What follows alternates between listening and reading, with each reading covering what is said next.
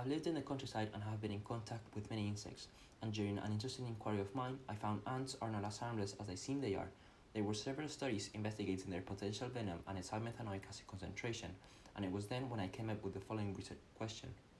To what extent does sodium bicarbonate concentration affect the initial rate of the neutralization reaction to neutralize formic acid, measured as the rate of CO2 production in parts per million per second found in Formicidea venom? For example, in 2016, this article by Axel Schard and colleagues exploring the biochemical toxin arsenal from ant venoms found that their venom is mainly methanoic acid, up to 70%. As Toshard and colleague explained in the same article, ant size is particularly small, which is why the effect of their bites or stings might not have any effect on the human body. Nevertheless, this would change if hundreds of ants did this simultaneously, as methanoic acid, despite being a weak acid, is rather harmful as it can cause eyes, nose, skin, and lung damage. I then formulated the following hypothesis.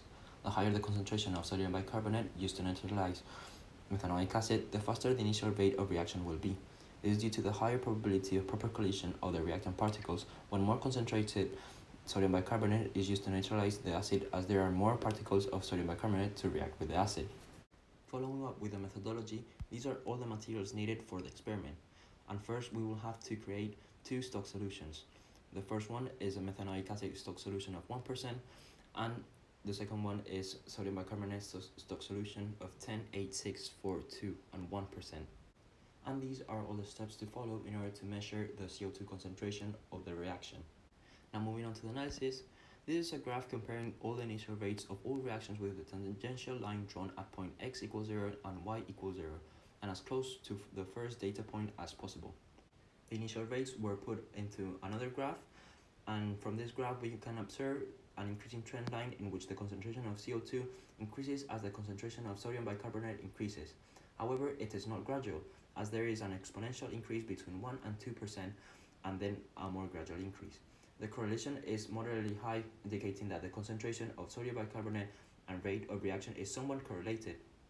However, correlation does not mean causation, as there were some limitations to the experiment, like possible CO2 leaking from the PET storage bottle during the experiment. There are no error bars, as the tangential line, meaning the initial rate, was calculated with the graphic display calculator. Therefore, there is no error associated with this data except for the standard deviations in the previous graph, which were low, suggesting high precision of the results. Before drawing any conclusions, at the beginning of the investigation, I proposed the research question: to what extent does sodium bicarbonate concentration affect the initial rate of the neutralization reaction to neutralize formic acid, measured as the rate of CO2 production in parts per million per second found in Formicidea venom? To which it was hypothesized the higher the concentration of sodium bicarbonate used to neutralize methanoic acid, the faster the initial rate of reaction will be. After processing the results, it can be concluded that the data support the hypothesis, as the higher the concentration of sodium bicarbonate used in the neutralization resulted in a faster initial rate of reaction.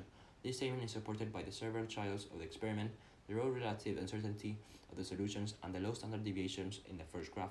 However, further research must be done with actual ant venom to see the real effect of sodium bicarbonate on the venom.